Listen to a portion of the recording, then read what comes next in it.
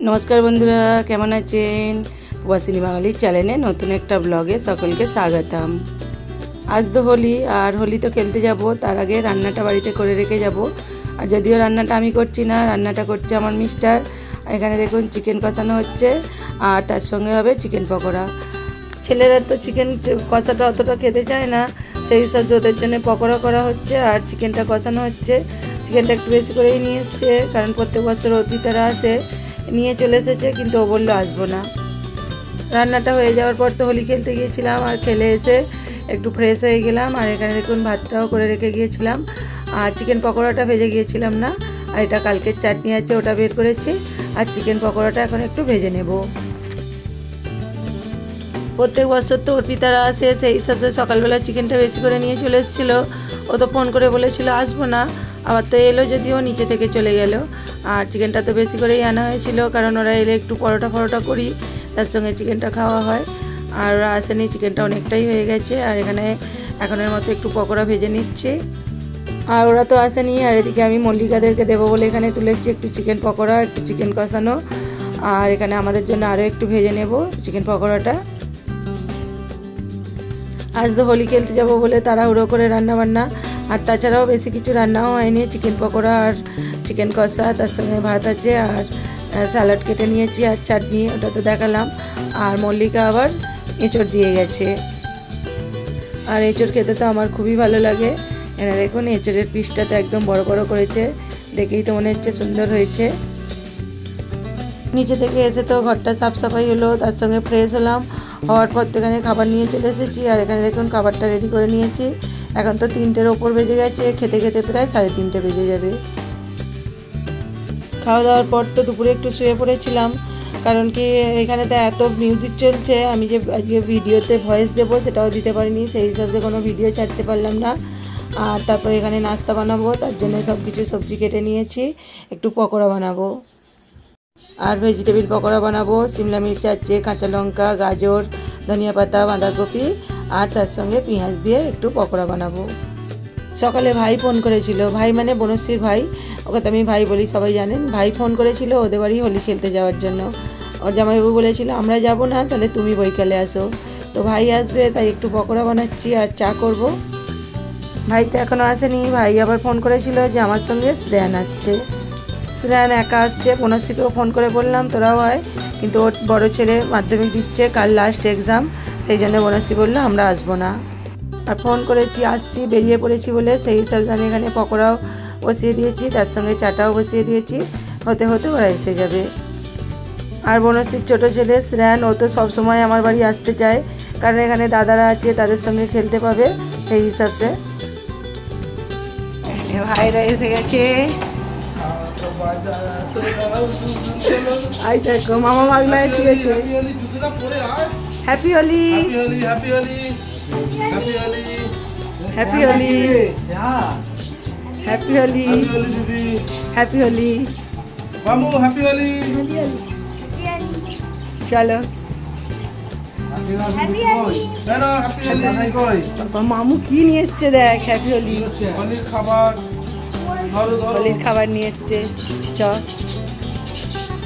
ওখানে আমার ভাজিয়া হয়ে গেল।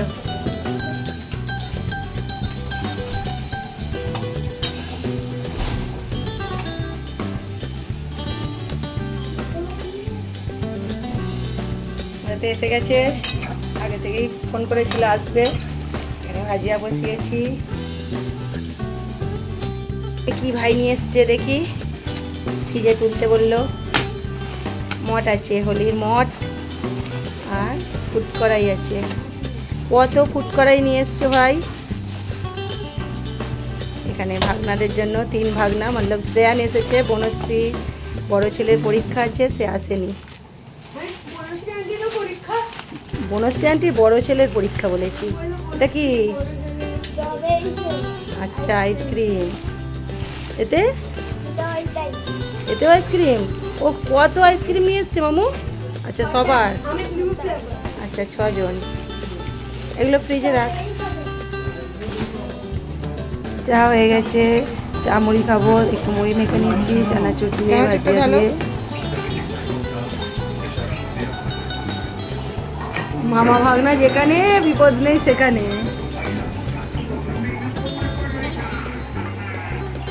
মুখগুলো পুরো এখন মুখটা যা করিস তুই পুরো খারাপ আছে এখানে।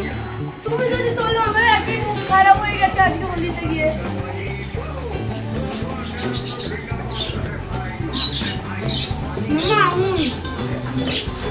কালার ওঠে নে।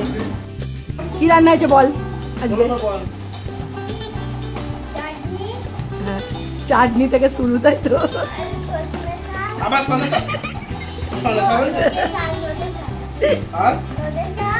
আর লোটা শাক চচ্চড়ি, আচ্ছা আর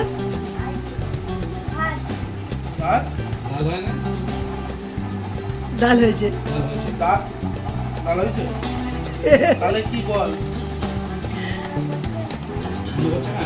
খেয়েছিলিস তো না খাসনি?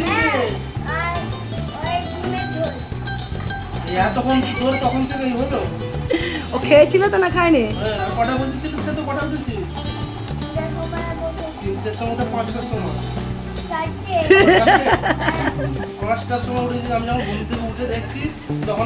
এই না 3টের সময় বসে 4টে উঠে পড়েছি, তাড়াতাড়ি উঠে পড়েছি।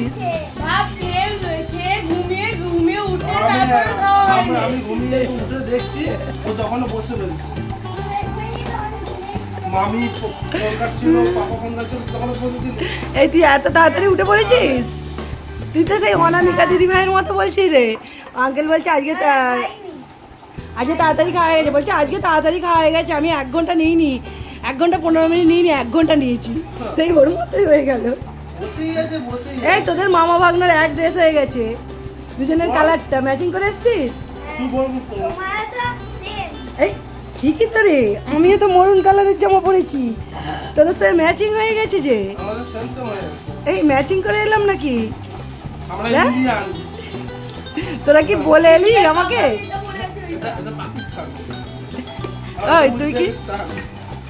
তুই কি আমাকে বলে এসছিলি ওই জন্য আমি এই কালারের ড্রেস পরেছি? হ্যাঁ মুখটা দেখো না একদম পেঁচু সুন্দর, তার মানে তোর মুখটা। চা মুড়ি খাওয়ার কিছুক্ষণ পর তো এখানে আইসক্রিমগুলো বের করে নিয়েছি। সবাই আইসক্রিমগুলো খাবো, জুসগুলো বললাম বের করে রাখ, পরে খাবি খাওয়া দাওয়ার পর। এখানে আইসক্রিম নিয়ে বসে গেছি সবাই খাওয়ার জন্য। হ্যাঁ তুই মুখ লোকা, তুই মুখের লোকা। হ্যাঁ আইসক্রিমটা কেমন? কে চয়েস করেছে, তুই না মামু? আরেকজন আছে এখানে মুখ লুকিয়ে লুকিয়ে খাচ্ছে।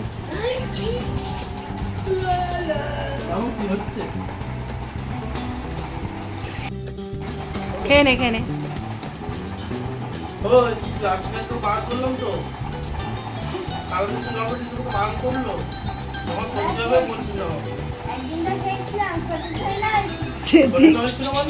হ্যাঁ ঠিকই তো, একদিন খেয়েছিল সর্দি হয় না, আজকেও হবে।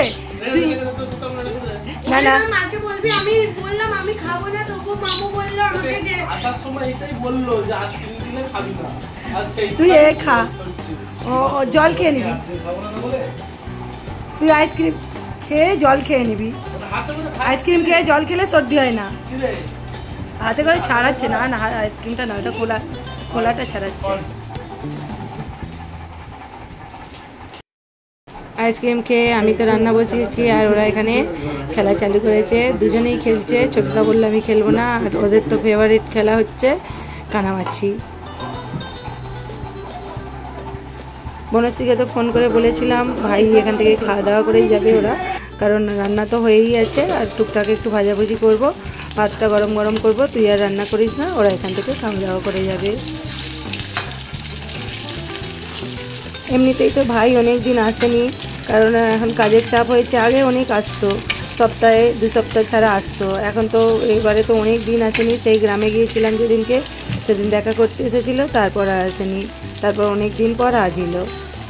আর বনশ্রীরাও আসেনি, ওর ছেলের পরীক্ষা বলে ওটাও অনেক দিন আসেনি। আমি তবু ওদের বাড়ি গেছি, ও কিন্তু আসেনি। আর ছেলের পরীক্ষা হচ্ছে, হয়ে গেলে আসবে বলেছে। আর আমাদের তো যাওয়া আসাটা খুবই হয়। আর এখানে তোমার চিকেন পকোড়া হয়ে গেছে, বেগুনটা অল্প করেই ভেজেছি, কারণ কেউ খাবে না, আমি আর ভাই। আর বাকি করলা ভেজে নিয়েছি, একটু ভাজাভুজি করে নিলাম। আর এখানে খাবার দাবার নিয়ে চলে এসেছি, কারণ অনেকটাই রাত্রি হয়ে গেছে, 11টা বেজে গেছে। আর এখানে কালকের একটু পনির ছিল, সেটাও নিয়ে এসেছি, চিকেনটাও অনেকটা আছে, তার সঙ্গে তো ভাজাভুজি করে নিলাম। সব কিছু খাবারটা রেডি করে নেব, তারপর খাওয়া দাওয়াটা সেরে নেব, কারণ খাওয়া দাওয়ার পর তো আবার বাড়ি ফিরবে, আর সেরানের খেতে একটু টাইমও লাগে। আর আমরা এখানে খাবার দাবার রেডি করে নিয়েছি, নিয়ে সবাইকে খেতে দিয়ে দিয়েছিলাম, আমিও খেয়ে নিলাম। খাওয়া দাওয়া তো হয়ে গেছে। খাওয়া দাওয়ার পর ভাই আর শ্যান বাড়ি বেরিয়ে পড়েছে। Bye bye bye, good night, আবার আসবি। বাই। হ্যাঁ, বিট্টুর পরীক্ষা শেষ হয়ে গেলে যাব। Bye, good night. থেকে যেতে পারতিস, তোকে বললাম। বাই। হ্যাঁ, খাওয়া দাওয়া করতে করতে তো অনেকটাই রাত্রি হয়ে গেছে। এখন 12টা বাজতে 5 মিনিট আমার ঘড়িতে, কিন্তু 5 মিনিট পার, 10 মিনিট বাকি আছে 12টা বাজতে। তাই ওদের জামাইবাবু বললো ভাইকে যে চলো ছেড়ে দিয়ে আসি।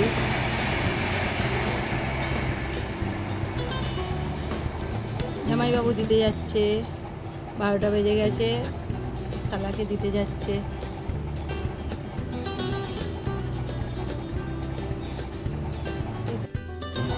বাই।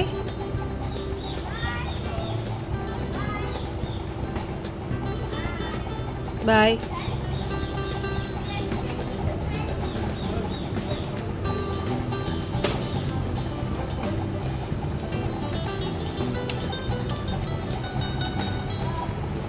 অনেকটা তো রাত্রি হয়েছে, ওরা তো বাড়ি ফিরছে।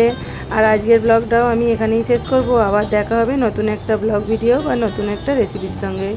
সকলে ভালো থাকবেন, সুস্থ থাকবেন, সাবধানে থাকবেন। আর আজকের ব্লগটা যদি ভালো লাগে লাইক কমেন্ট করে দেবেন।